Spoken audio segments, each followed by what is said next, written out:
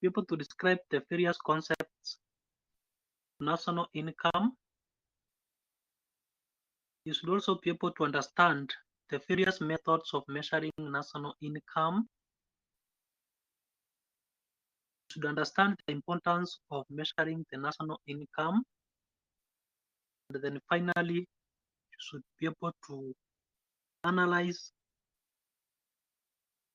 the circular flow of national income. Those are the topic objectives. Now we have a number of concepts that are normally applied in the national income. It is important that you follow and understand those concepts. I know you have heard some of these concepts used regularly, particularly when the Cabinet Secretary for Treasury is reading the budget statement in Parliament. So you mostly hear these terms being mentioned severally. Now, the first term that you need to understand is the gross domestic product. The gross domestic product, that is the GDP, is the total money value of all final goods and services produced in a country during a given period of time, usually 1 year. So that is what we refer to as the gross domestic product. Total money value of all the final goods and services produced in a country during an given period of time. And the reference is made to 1 year. That's what we refer to as the GDP.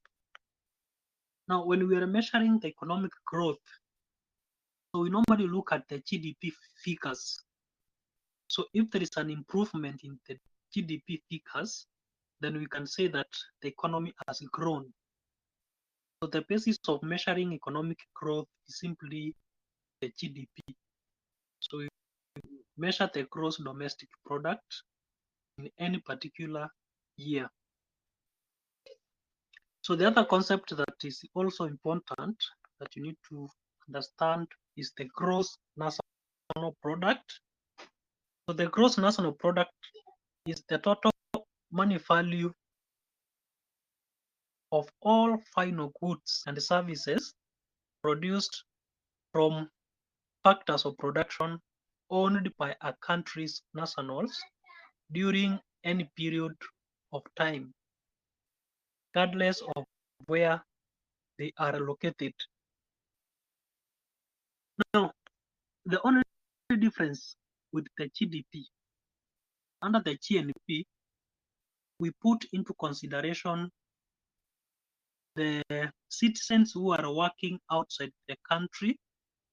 The income they earn is also included, and also the foreigners who are working in the country, and of course they earn income, that one is deducted. And what we get as the net figure is what we refer to as the gross national product. Now, the gross national product is simply the GDP plus the factor income from abroad. So the factor income from abroad is simply the difference between what we pay foreigners who are working in the country and what our citizens earn outside the country, those who are working outside the country. The other concept is the net national product. So the net national product is the total output of consumer goods produced by residents plus the net increase in the economy's total capital stock. That is what we refer to as the net national product. But the net national product simply GNP minus depreciation. So when we produce goods and services, we normally make use of capital assets. And these capital assets, they normally depreciate, or there is what we refer to as the capital consumption allowance. So the gross national product minus the capital consumption allowance, you get net national product.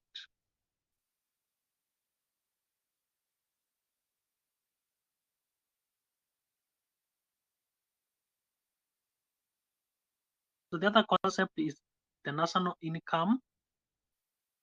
So the national income refers to the total amount of income earned by the factors of production and economy during a certain period. So the national income is computed as net national product minus indirect taxes. So the net national product minus indirect taxes, so it gives you national income. So the other concept that is also important is the per capita income. The per capita income simply refers to income per head. It is the national income divided by the population of a particular country. So the national income of a country divided by the population of that country, it gives you the per capita income. So you also have the personal income. The personal income is the total income of persons or households from all sources before taxation. The personal income is computed as the national income minus retained corporate profits, social insurance payments, plus interest incomes received by households, of course, plus the transfer payments to households. So that gives you the personal income. So lastly, we have the disposable income. So the disposable income is simply income after taxes.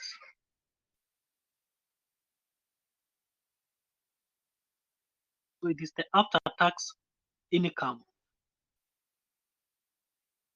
So the disposable income is simply the difference between the personal income minus personal income taxes.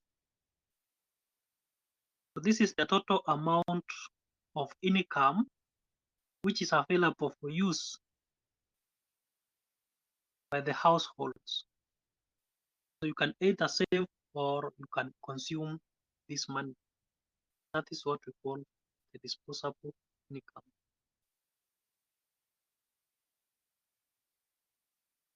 Now, having understood those concepts of the national income, how do we measure the national income? Approaches to the measurement of the national income. So we basically have three approaches to the measurement of national income. The first approach to the measurement of national income is the expenditure approach.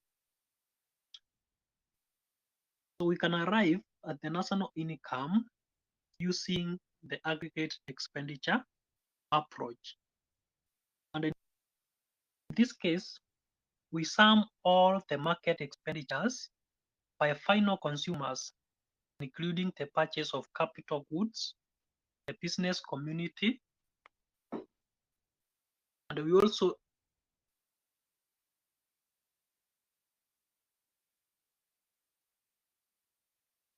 include expenditure So there is an equation there, or a formula that we use to compute the national income through the expenditure approach. That means that the aggregate expenditure is equal to C.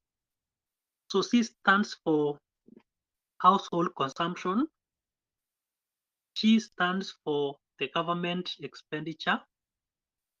I is the private investment. And X stands for exports and M imports. So the aggregate expenditure is equal to C plus G plus I plus X minus M, which is the net exports. Now the second approach that we can also use to compute the national income is the income approach. So under the income approach, we sum up all the income received by individuals and the firms. So the income received by individuals and firms include wages, salaries, profits, interest, rent, etc. So the payments or earnings for the people who do not supply goods or services excluded. That's what we refer to as transfer payments. So the transfer payments, you pay people, but they have not worked for the money that you are paying them. So in that case, or under the income approach, the aggregate income, which is represented by Y, is equal to W. So W represents to the wage income, R interest, profits. So that constitutes the aggregate income.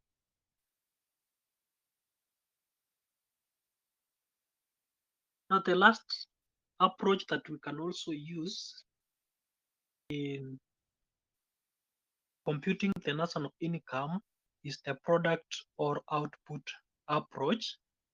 So the product approach, sometimes it's also called the value added approach.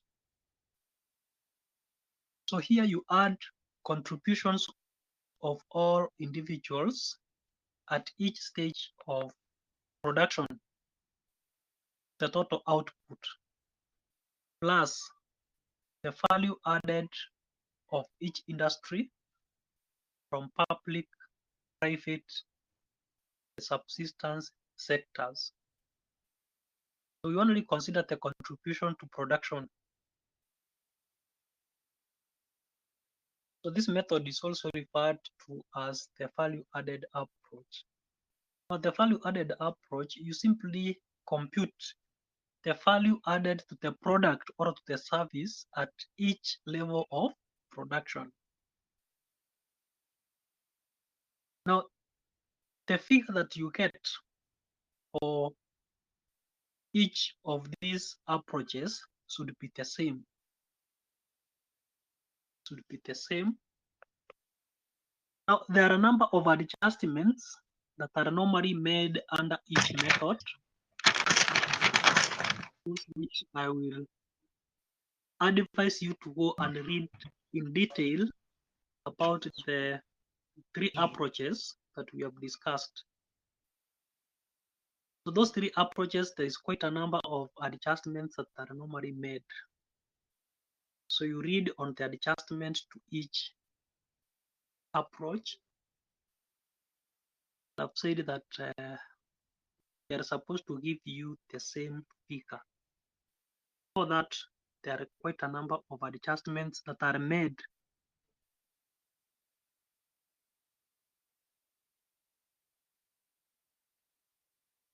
Now, as we try to measure the national income, we normally go through quite a number of difficulties.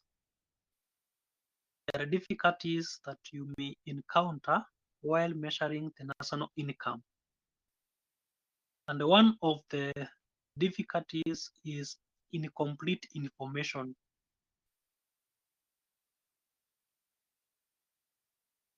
Some important information may not be available or may be inaccessible. Now, because of that, the value that you get is simply an estimate.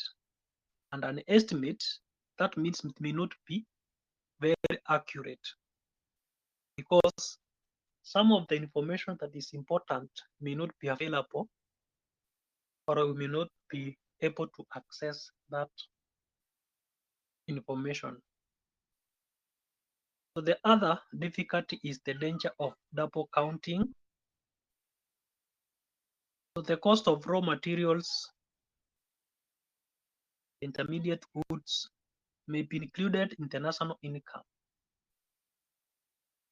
Now, the problem of double counting arises where some goods are intermediate or are raw materials in another industry.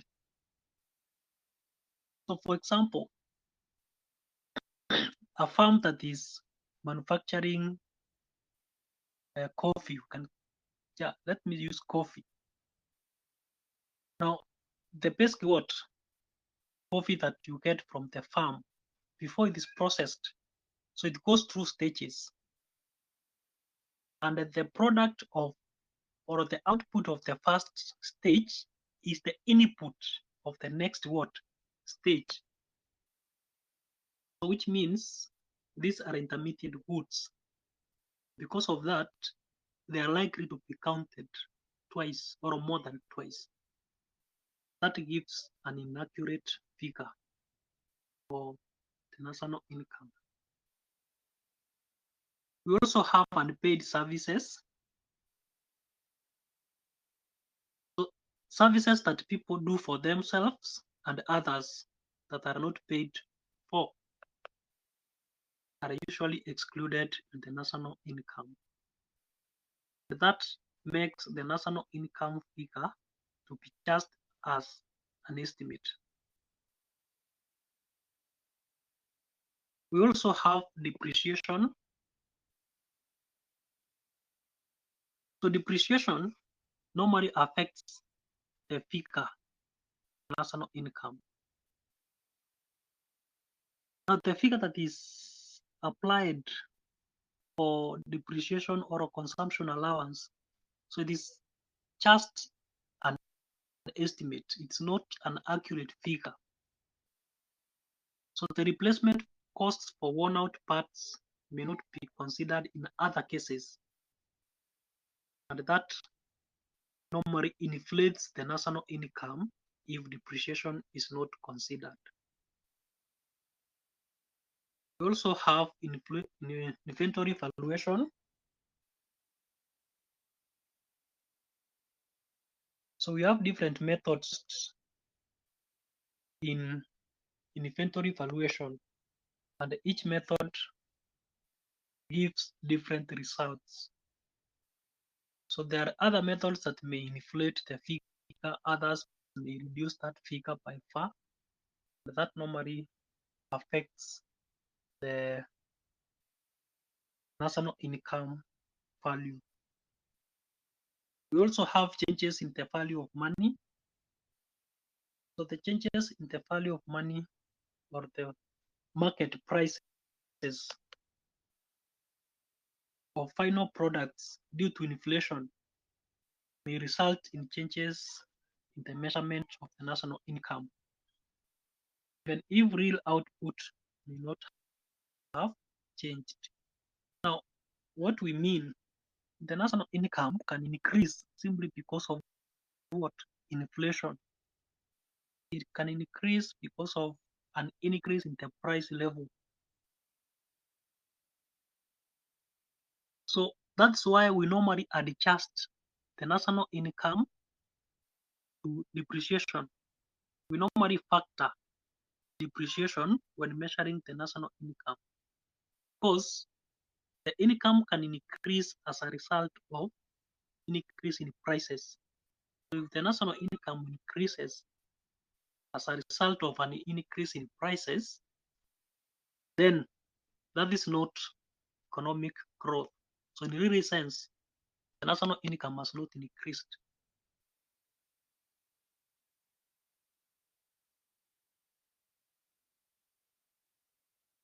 Now, those are some of the difficulties that we encounter when measuring the national income. Now, we can look at some of the factors that determine the size of the national income. So, if you look at countries or different countries of the world, they have different levels of income. Most developing countries, they have very low levels of income. Developed countries, their level of income is quite high. So what determines the size of the national income? So the first one is the stock of factors of production. The stock of factors of production in terms of quality and quantity. So you look at land, labor, and of course availability of infrastructure. In most developing countries, they have a very good quality of these factors of production. And that's why their income is normally high. We also have the state of technological knowledge. So where their technological know-how or not, and whether the technology is appropriate.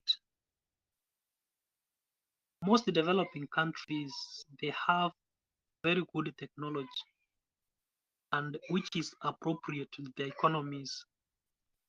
So because of that, they are able to do more economic activities and of course increase their national income. There is also participation rate. So the proportion of economic active groups compared to the general population. Developing countries such as Kenya, we have a high level of unemployment. And unemployment represents wastage of what? Resources. We have resources that are not being utilized. But if you look at developed countries, the rate of unemployment is very low. So which means a greater proportion of their resources are being utilized optimally. And that contributes to high levels of national income. We also have political stability, whether the country is politically stable or not.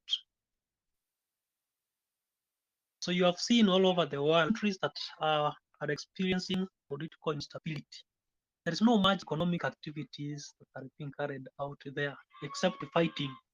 Look at Somalia. Look at the other countries in the Central African Republic. So their level of income is very low because political instability does not create conducive environment for any economic activity to be carried out.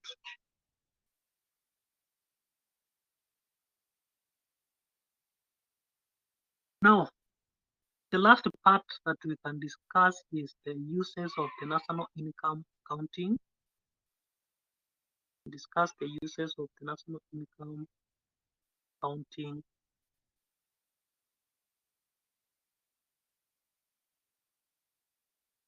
So the first one highlights the information about the size of various sectors in the economy. So the GDP, for example, gives information about the consumer expenditure, taxes, and investment. But the national income statistics is very important. We may need this information in making various decisions like investment decisions. So if you want to invest, for example, you may need to know which sector of the economy that is growing, so that when you invest, you can expect some good returns from that sector. So the information that you can get from the national income statistics will help you to make that decision. It also highlights information about economic performance. So you may want to know whether the economy grows over time or not. And this one is normally obtained through the information we get from the national income statistics. So in Kenya, we normally have economic surveys that are carried out quarterly. Quarterly, that is after every 3 months. So there is an economic survey. We have quarterly economic survey.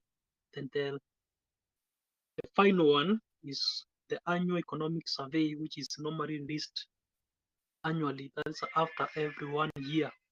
So they provide detailed information on all aspects of economic activities in the economy. So the national income is also an indicator of structural change.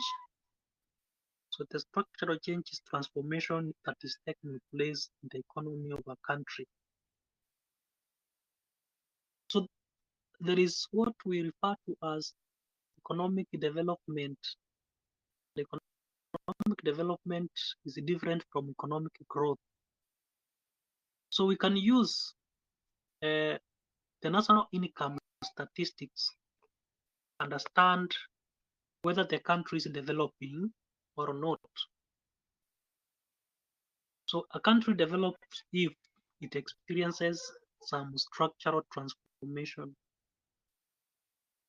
So the national income statistics can be used to tell whether we have gone through such structural transformation.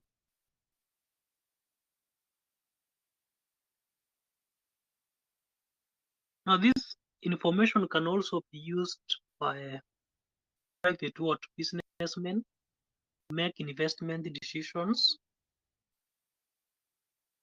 If you want to invest, you may need to know which area of the economy that is doing well so that you can invest there. So the figures can also be used for forecasting. So we normally have economic forecasts. So if you want to know whether the economy will grow next year, there is some kind of forecasting that is normally done using the economic models that we have discussed earlier. So through the data that you've collected over years, you can build a model that can be used to predict what will happen in the future. And the national income statistics that we collect can be used to predict that. Now, those are among other uses of the national income accounting or statistics. But for more information, I think you need to make use of the reference materials that are included in your course outline.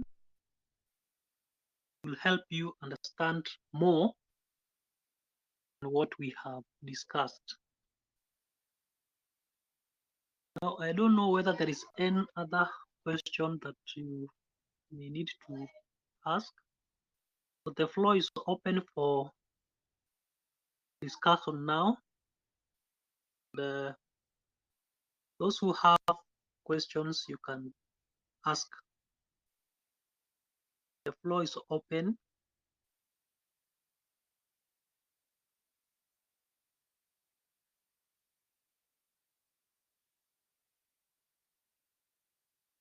I'm asking if there is any concern or any clarification that you may want to seek. I hope you can hear me now, Brenda.